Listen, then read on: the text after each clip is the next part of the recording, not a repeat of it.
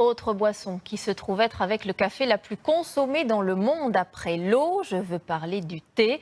Alors évidemment, vous pensez à l'Asie, mais on en trouve aussi chez nous en France. C'est le pari réussi d'un homme en Bretagne. Le climat y serait idéal. Reportage dans le Finistère de Charles Dibaud, Thierry Valta et Frédéric Jolfre. L'illusion semble parfaite. Sur ce champ où poussent exclusivement des feuilles de thé, l'étrange impression d'être en plein cœur de l'Asie. Pourtant, la frontière chinoise est à plus de 8000 km. Ça ressemble à l'Asie, mais c'est pas l'Asie, c'est la Bretagne. Produire un thé breton. Ce pari, Michel se l'est lancé il y a maintenant 4 ans, avec au départ un constat très simple, le climat relativement humide est parfait pour le thé. On va avoir une pluie, un crachin qui est très agréable. Et la plante, elle aime ça parce qu'elle se gave d'eau, elle prend ce qu'elle a besoin. Ce jour-là, il faut terminer la récolte des 2000 plants.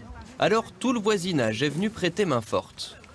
Moi j'en bois seulement, donc cueillir du thé ici c'est irréaliste, mais c'est génial. Passé l'étonnement, pour cueillir le thé, il est une qualité indispensable, la patience. Oh, ça doit bien faire 1h30 qu'on est dessus déjà. Là, j'ai pas bien compté, mais oui, faut pas s'attendre à avoir des kilos et des kilos. Hein. Pluie bretonne oblige, il faut se dépêcher de rentrer les feuilles pour les sécher pendant plusieurs heures.